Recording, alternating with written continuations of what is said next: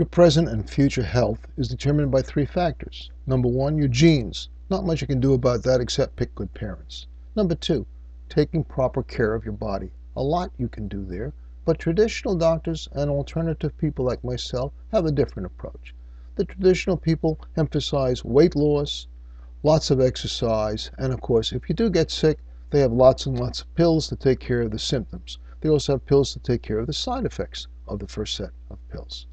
Alternative people, nutritionally oriented people like myself, emphasize more of good quality food, eating a nutritionally well-balanced diet, which often bypasses the problem of being overweight and obese.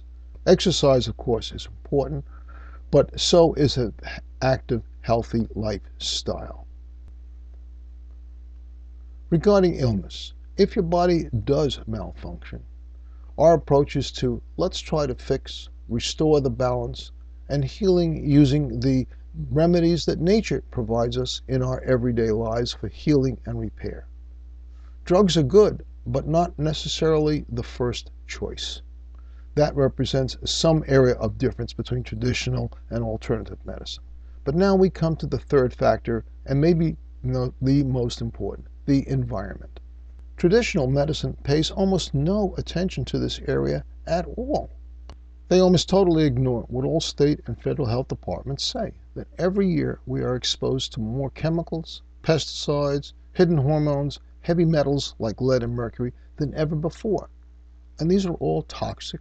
They're poisonous. The traditional doctor, health providers tend to not only ignore this, but they often poo-poo it. I have seen patients who have come to me with various long-term health problems in which I have shown that the accumulation of toxic material in the body is the underlying cause.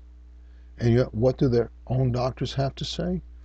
They ignore it, or they provide the patient with medication to cover up and reduce the symptoms without getting to the underlying cause and disease.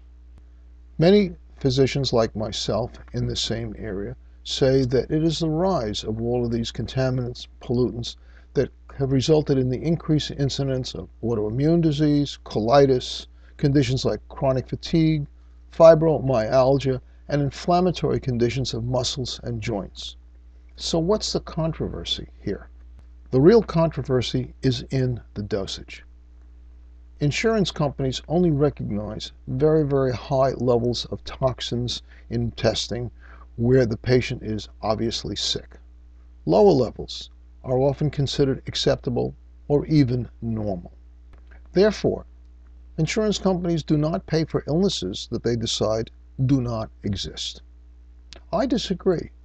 I have seen, I have treated, and I have helped many people whose prior doctors told them that their tests were normal, and yet when they were properly diagnosed, treated, detoxified, these people improved and retained their prior good health. This is not an easy area of medicine.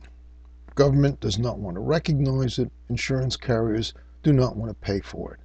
And some traditional doctors, most of them who are not trained in this area, call it voodoo medicine, but they offer nothing else to replace the type of treatment. Advanced Medicine of Mount Kisco, my office, practices what I call the new medicine. It's a changing world. There are new problems, there are new conditions, and these require a different type of testing and a different, more natural approach to healing and repair.